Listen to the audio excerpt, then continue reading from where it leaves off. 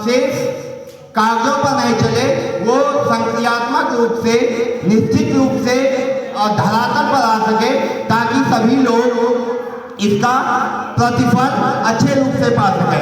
तो हमारा टॉपिक था जिला स्तर के शैक्षिक संस्थान। तो इसका सबसे महत्वपूर्ण योगदान हो जाता है हमारे समाज के निर्माण में।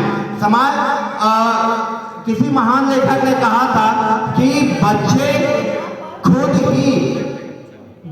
ही कल के भविष्य हैं और ये खुद अपना विकास नहीं कर सकते हैं, बल्कि इनके विकास के लिए एक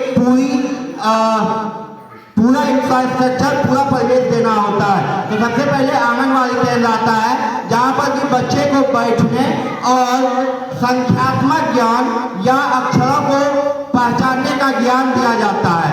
उसके बाद प्राथमिक विद्यालय आती है, जहाँ पे हम संख्या के जोड़ घटाव आदि का ज्ञान देते हैं और कुछ भाषा का ज्ञान देते हैं कि वो अक्षरों को जोड़ के, अंग्रेजी के अल्फाबेटों के जोड़कर कैसे वो अक्षर और वाक्य बनाकर अपनी मन की भावों को प्रस्तुत कर सकते हैं। उससे आगे आते हैं तो मध्य विद्यालय का संस्थान है।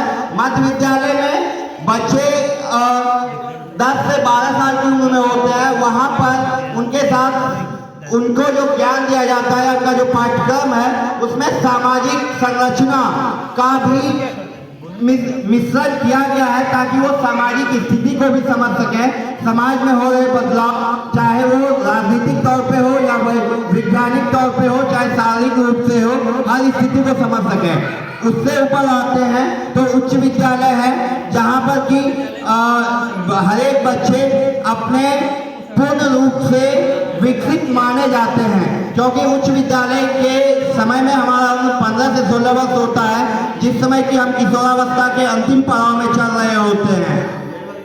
उससे ऊपर आता है उच्चतर माध्यमिक। उच्चतर माध्यमिक संस्थान में पहुंचने के बाद हमारे विषयों का विभाजन होने लगता है। हम विषय बदलने लगते हैं, कला, विज्ञान, सांख्यिकी, अलग अलग क्षेत्र में हम बढ़ने लगते हैं और हम उसके अनुरूप अपने भविष्य के, अपने रुचि और जरूरत के हिसाब से हम अपने विषयों का चयन करते हैं और अपने भविष्य के लिए, अपने देश के लिए, अपने समाज के लिए उस पर काम करते हैं। इससे ऊपर के जो भी संस्थान है, प्रखंड संसाधन केंद्र, संकुल संसाधन केंद्र,